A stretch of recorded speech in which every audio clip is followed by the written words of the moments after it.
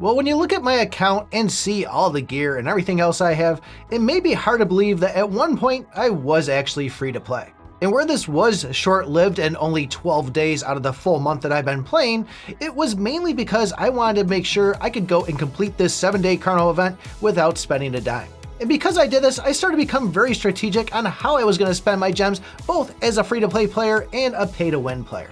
And I figure with a lot of players just starting the game right now, this would be a great opportunity to show you my decision making so you can go and spend your gems and get the best bang for your buck. Now I do want to say that there's no wrong way to spend gems. You spend them however you want, they're your gems. But there is some good deals inside the game that you can really benefit from. Now when it comes to the 7-day Carnival, usually Habby has an actual mission in there of spending 15,000, 21,000, however many gems. This one, we don't have it, so I think we got pretty lucky on this. But given I've played a bunch of those other Habby games, one of the things I know is that S-grade gear is very powerful. So when I got 3,000 gems, I was pretty much heading my way over there and pulling a 10 pull whenever I could on the actual legendary chest.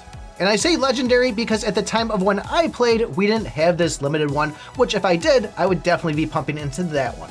But the two exceptions that I had was number one, the black market. And the only real reason I was going and spending in there is there was 2 missions inside the 7-day Carnival, which actually added up to spending 5 times inside the market. And if those missions weren't in there, those gems would have been going right back into those 10 pulls. The second exception was me buying more energy inside the game so I could go in and try to beat Chapter 20. At that time of playing it too, we didn't have the one where you could watch ads, there was no claiming your free energy. Energy was incredibly difficult to get inside the game. So by the time I got to the final mission that I needed where I had to beat Chapter 20, and if I did, I was going to be getting myself a free revival cloak, I pretty much played Chapter 20 over and over again until I got both War Veteran and Battle Hardened. So if I ended up starting over fresh today, I would probably go and do the exact same thing during this whole 7-day Carnival. But once I finally knew I could beat that as free to play, that's when I started dumping a bunch of money into the game. Now I personally feel like S-grade pulls are definitely a good thing, and I continue to do them still to this day. However though, I don't feel like that's the only thing you should be focusing spending your gems on. Now given when you start off, you can get a lot of gems inside the game.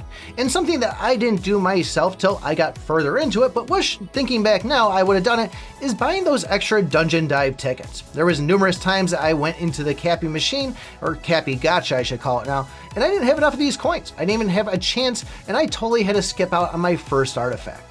And with a month of playing inside the game, still today, I don't have an advanced one at all. I'm saved up for the next one that comes, but still, it could have been a big help if I was a little bit smarter at the beginning. Now I believe the first ticket is 100 and I think the second one is 200. That's all you can spend for the day. So you're spending 300 gems alone just in the dungeon dive.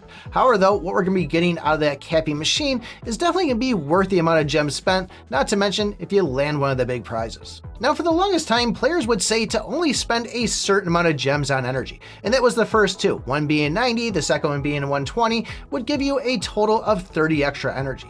But the fact that we're seeing these kind of daily events pop up where you have to go to the travel, play the Lugwigs thing or the coin thing, and depending on that, you get a certain amount of spins or dust or whatever it is, that's now a nice new way to actually think that, hey, maybe I should be spending some more gems on these. Now 90 and 120 isn't bad, 210 gems, but the next one will be 150 and then 180 after that. So it can get a little bit pricey, but sometimes the rewards you can get out of these are gonna be so much better that you might wanna consider it. So if you don't have a lot of gems, maybe you do one dungeon dive and buy yourself a little bit of extra. But keep in mind that when you go and do the travel, you're going to be getting a bunch of other stuff in there too, and it's going to be a lot of gold to help you upgrade those talents. So if you heard me earlier, I said the only reason I bought things through the black market was because of those 7-day Carnival missions. And where that was true during the 7-day Carnival, once I got done with it, there was still some moments where I wanted to purchase things inside here. And in my opinion, you can get anything you want inside here and don't feel bad about it. However though, you really need to focus on the ones that have that 50% off value. So I do want to take that statement back. One thing that you shouldn't be purchasing inside this black market is the coins with gems down at the bottom. It's not a good deal. Have I done it? Yes. Am I proud of it? No. But definitely don't go and spend your gems on those coins. As far as the black market, I've purchased a lot of different stuff inside here, and it really depends on where you are inside the game. Right now, I had the chest growth event going on, and when I get down to those last couple of minutes, I'm gonna probably come over here, buy some extra gems, and see if I can take first. Also, if I see one before it ends, if it's 50% off, I'm gonna buy that too. But that might be a pay to win way to look at it there as, hey, I wanna get first, but it doesn't necessarily have to be pay to win. Free-to-play players, if you're sitting, say, in rank 21, and you see a couple of those chests in there, they're enough to go and get you up into, say, 19th place, where you can go and get yourself one of those golden tickets. It might really be worth your while to just make that move and go ahead and get it so you can start stockpiling up on those. But the other place that people will go and really farm up on their gems is going to be the black market growth event. And this once again can be using your gems on whatever you want. However though, it's going to take a lot of gems, but you'll be getting a good amount of stuff in return, and those are going to be some really decent deals to have in there. You'll find that most players hang on to 10,000 gems in order to get these 1,000 horseshoes, which is definitely a good deal. I myself though always make sure I grab those S grade keys in there because, like I said, that's one of my main things I'm going after. But on top of those two, I have also bought the pet egg pack, the chest pack, and then even the refinement pack too. And the reason behind those is they were aligning with events I had inside the game, and it was an easy, efficient way to make sure I could be sitting in a nice place. And right now, given that I'm in Hero Legacy, I am going over to the black market and purchasing these books. Even though there's no 50% off, I know how much of a struggle it is for me right now to get these things, so any chance I see them, I'm stockpiling up to hopefully make my life easier down the road.